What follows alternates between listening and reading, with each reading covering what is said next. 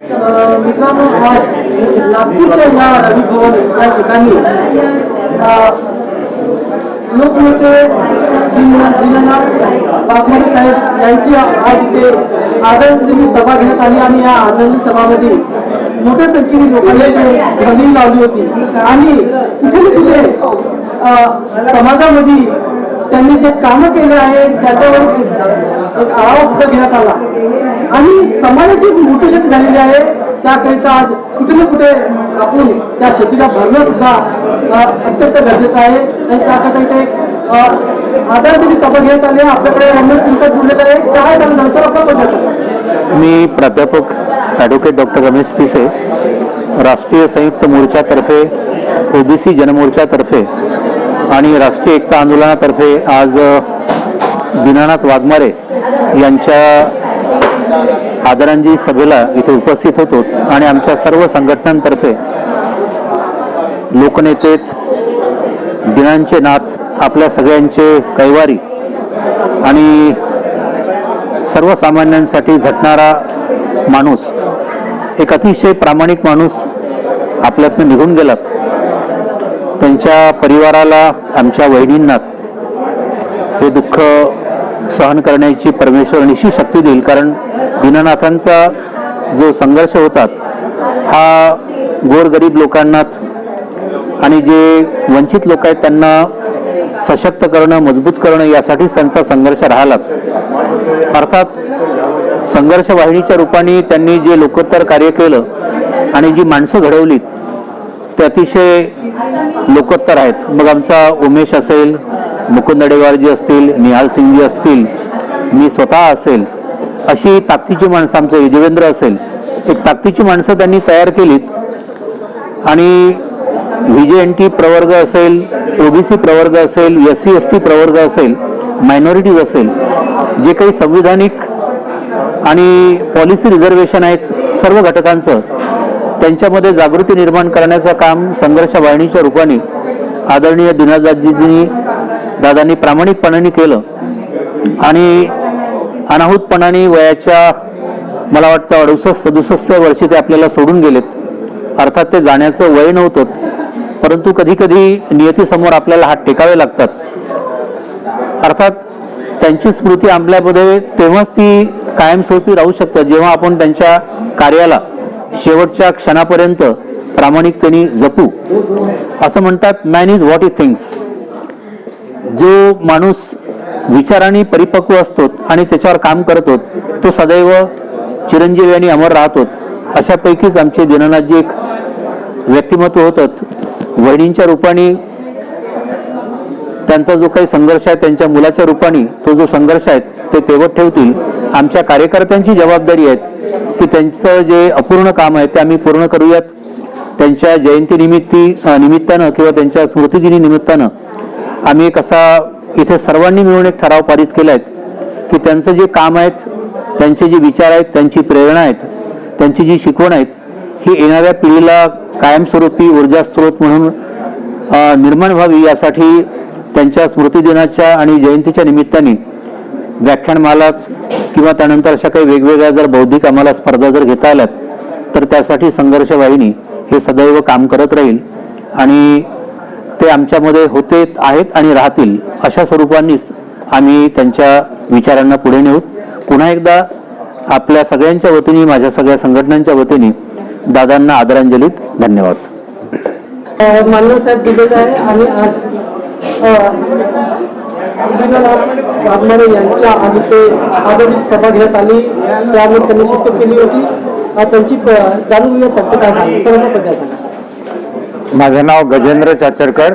मी वाघमारे साहेबांचे जे बरेच कार्यकर्ते होते त्यांच्यापैकी एक आहे. वाघमारे साहेबांनी फक्त आमच्या भोई ढिवर समाजासाठीच काम नाही केलं तर इतर समाजासाठी सुद्धा केलं. आणि जे वंचित गट आहे त्यांच्यासाठी सुद्धा आणि वेगवेगळ्या शाखा घेऊन वेगवेगळे विषय घेऊन त्यांनी काम केलेलं आहे. आणि प्रत्येक कार्यकर्ता हा फार सक्षम कार्यकर्ता आहे आणि त्यांचे जे विचार आहेत, त्यांनी ज्या वेगवेगळ्या शाखांमध्ये वेगवेगळ्या काइंड ऑफ ब्रँचवरती काम केलेलं आहे त्या प्रत्येकाने आम्ही ठरवलेलं आहे की परत एकत्रित येऊन परत नवीन ताकदीनिशी ते काम पुढे न्यायचं. आणि जे कार्यकर्ते एकत्र आलेत त्यांनी आपापल्या परीने ज्या त्यांच्या ऍक्टिव्हिटीज आहेत, ज्या शाखांवरती ते काम करत आहेत, त्याच्यात शालाबाह्य विद्यार्थी असो, मच्छीमारांचे प्रश्न असो, विमुक्त भटक्यांचे वेगळे प्रश्न असो, भारवाड समाजांचे प्रश्न असो, जे कोणते मागासवर्गीयांचे प्रश्न आहेत ते परत पुढे रेटत न्यायचे, त्याच्यावरती ऍक्टिव्हिटीज व्हाव्यात.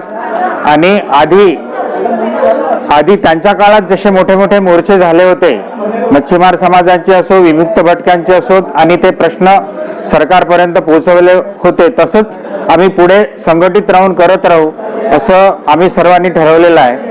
आणि तीच खरी आमचं कार्य, आमची जी पुढची मेहनत आणि पुढच्या ज्या ऍक्टिव्हिटीज आहेत तीच खरी त्यांना श्रद्धांजली राहील. मान्यवर मॅडम भारतीशी ठाकरे मॅडम जुळलेल्या आहे आणि त्या सुद्धा या आदरांजली सभेमध्ये आल्या होत्या आणि त्या शोक सभेमध्ये त्यांनी सुद्धा जे दिनानाथ वाघमारे यांच्यासोबत संवाद लाभलेला आहे. त्यांच्यावर त्यांनी जनतेला आपला काय त्यांचा अनुभव सांगितला आणि त्यांच्या डोळ्यात अश्रू सुद्धा निघाले होते. आपण त्यांची प्रतिक्रिया घेण्यात काय सांगतात? मी भाग्यश्री ठाकरे, दीनानाथ वाघमारे काकाच म्हणेन, कारण त्यांनी मला समाजामध्ये खरी ओळख माझी जी आहे ती त्यांच्याचमुळे झाली. खरा कार्यकर्ता काय असतो आणि खरं कार्य जे करायचं असतं ते ग्रासरूटला जाऊन जोपर्यंत स्वतःला आपल्या त्या समस्या समजत नाहीत, जे प्रश्न समजत नाहीत, तोपर्यंत आपण ते सोडवू नाही शकत, या विचाराचे ते होते. मग त्यात मागासवर्गीय समाज असो, भटका विमुक्त समाज असो, ते दीनदलितांचे कैवारी म्हणण्यापेक्षा अनाथांचे नाथ आणि दीनांचे कैवारी होते. त्यात महिला आहेत, पीडित महिला आहेत, अन्यायग्रस्त महिला आहेत, ज्यांच्यावरती अत्याचार झाले, असं पूर्ण कुठल्याही समाजातला असो, हा एक समाज म्हणजे माझं घर, समाज म्हणजे माझं कुटुंब, आणि त्या कुटुंबासाठी स्वतःच्या घरावरती तुळशीपत्र ठेवून समाजासाठी स्वतःला वाहून घेणारे असे ते दीनांचे नाथ. त्यांच्यासोबत ग्रासरूटला काम करत असताना स्वतःच्या तब्येतीची काळजी न घेता आलेला प्रश्न सोडवण्यासाठी मला किती त्यातनं माहिती मिळते, ही माहिती कलेक्ट करण्यासाठी मग स्वतःला जेवण मिळो ना मिळो, स्वतःच्या गरजा पूर्ण होत किंवा न होत, हा विचार न करता अविरत काम करणारे दीनांचे नाथ म्हणजेच दीनानाथ. एक विचार म्हणून समाजामध्ये प्रत्येक समाजातल्या प्रत्येक जातीमध्ये, भटक्या विमुक्तांमध्ये, स्त्रियांमध्ये, वंचितांमध्ये ते एक विचार म्हणून सतत तेवत राहणार आहे. त्यांची इच्छाच होती की असे कार्यकर्ते घडावेत की जे खरोखर प्रश्नाला हात घालतील आणि त्या प्रश्नाची जाण करून, त्याचे एक नुसती जाणच नाही तर त्याचे एक डॉक्युमेंटेशन करून सरकारपर्यंत पोहोचवतील आणि त्या प्रश्नांना उत्तर मागतील, असं कार्य त्यांच्या हातनं घडलंय. म्हणूनच ते एक विचार म्हणून सतत तेवत राहतील. प्रत्येक कार्यकर्त्यांनी त्यांचा हा विचार आपल्या मनामध्ये तेवत ठेवावा, अशी ही आदरांजली आज सगळ्यांच्या वतीने या ठिकाणी देण्यात आली. स्वतः मला जे अनुभव आले ते खूप काही अनुभव असे सांगण्यासारखे आहेत की ज्याच्यातनं खूप काही शिकायला मिळतं. खरा कार्यकर्ता घडण्यासाठी खरोखर त्यांच्यासारखा त्यांचा सहवास खऱ्या कार्यकर्त्यांचा मिळणं खरं गरजेचं असतं. स्टेजवरती भाषण देऊन हे काम होत नाही, तर स्वतः ते सोडवण्यासाठी काय करावं लागतं हे त्यांनी केलेलं आहे आणि म्हणूनच असे प्रश्न सरकार दरबारी सुटण्यासाठी मदत झालेली आहे. धन्यवाद. आज या नागपूरच्या रवी भवन या ठिकाणी आज दीनानाथ वाघमारे यांची आज इथे शोकसभा घेण्यात आली. त्या शोकसभामध्ये ज्योती मॅडम सुद्धा आल्या होत्या आणि त्या सुद्धा जुळलेल्या होत्या या शोकसभेमध्ये आणि त्यांनी सुद्धा या कार्यक्रमामध्ये येऊन शोकसभेमध्ये सामील झाले आहे, आपल्या चॅनलशी जुळलेले आहे. त्यांची प्रतिक्रिया घेऊया. कुठे ना कुठे समाजामधला एक धगधगणारा सूर्य आपल्यातून निघून गेलेला आहे आणि कुठे ना कुठे समाजाची एक मोठी क्षती झालेली आहे आणि त्याच्यावर भाष्य करणार आहे. काय सांगू जाणून घेऊया. मॅडमला पैसे सांगा. मी सौ ज्योती विचार. आज 15 वर्षापासून मी दीनानाथ वाघमारे दादांशी जोडल्या गेली होती.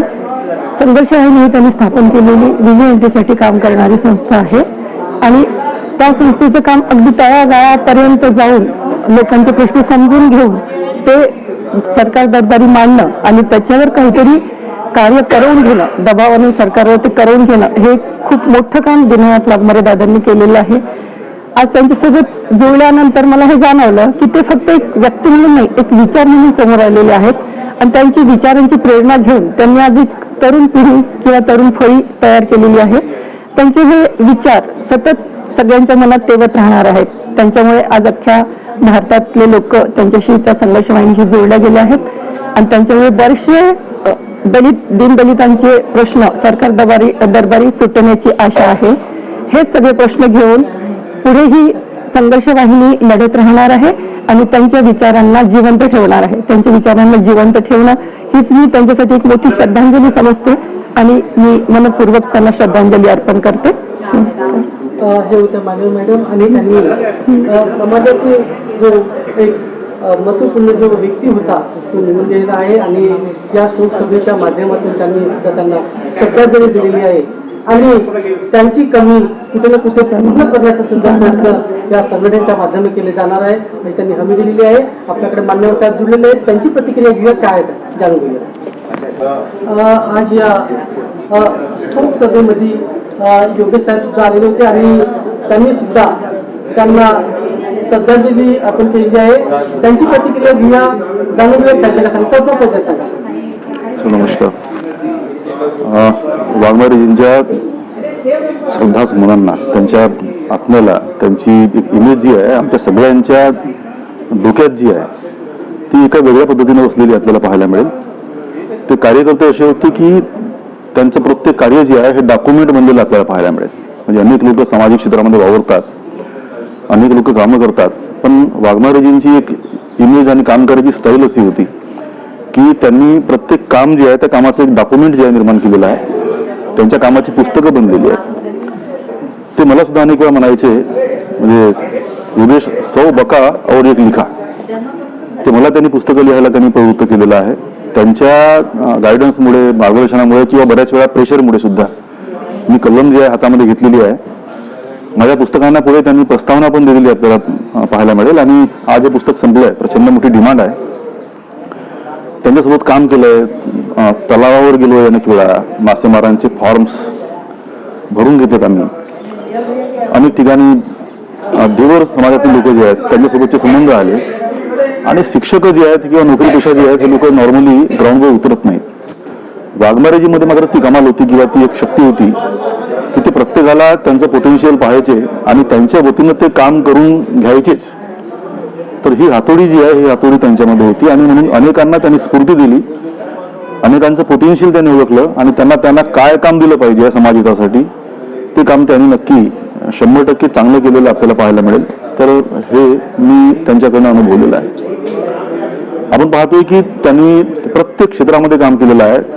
आताच्या घडीला जे जे समाजसेवक आहेत किंवा समाजामध्ये काम करतात त्या लोकांचा समजा आपण अनुभव जर घेतला असेल तर आपण पाहतोय की हाय स्टाईल लिव्हिंग आणि हाय स्टाईल कामं जे आहेत ह्या लोकांचे आपल्याला पाहायला मिळतील. वाघमारेजींचं कधीच आपल्याला ते पाहायला मिळालं नाही. एखाद्या सोसायटीमध्ये जर गेलं असेल तर ते जे मिळेल ते खायचे. कुणाच्या तरी घरी झोपायचे जर असेल तर त्यांनी गादीचा कधी विचार नाही केला, चटईवर झोपायचे किंवा आणखी जे मिळेल ते त्यावरती झोपायचे. तर ही जी प्रवृत्ती आपल्याला पाहायला मिळते ही समाज सुधारकांनी आज त्यांना खरंच काम जर करायचं जर असेल तर ते करून घ्यायची आपल्याला गरज आहे. म्हणजे गांधी जेव्हा भारतामध्ये आले तेव्हा त्यांनी चांगला कोट त्यांनी सोडून दिला, त्यांनी पॅन्ट सोडला. का बरं सोडला असेल तर देशातली लोक जे आहेत ते गरीब आहेत आणि म्हणून आपण पंचा वापरला पाहिजे भूमिका त्यांनी स्वीकारलेली आहे. वाघमारेजीमध्ये आपल्याला ते पाहायला मिळतं. ते लोकांमध्ये मिसळायचे, त्यांचं पाणी प्यायचे, त्यांच्या मासोळ्या खायचे. ही स्थिती जी आपल्याला पाहायला मिळेल आणि म्हणून त्यांचं प्रत्येक काम जे आहे हे काम आपण चांगलं झालेलं आपण पाहतोय. एक महत्वाचा हळाचा कार्यकर्ता ज्यांनी आम्हाला विदर्भातल्या अनेक लोकांना स्फूर्ती दिलेली आहे, मार्गदर्शन आम्हाला केलेलं आहे, लिहायला प्रवृत्त केलेला आहे असा एक माणूस. म्हणजे त्यांना माहिती होतं की केव्हा तरी, अनेकदा बोलले सुद्धा या ठिकाणी की मी केव्हा तरी पाहुणा आहे आणि केव्हा तरी जाईल. हे अनेक वेळा ते लोकांना पण बोलायचे आहेत. हे सगळं असताना त्यांनी बरेच वर्ष काढलेले आहेत.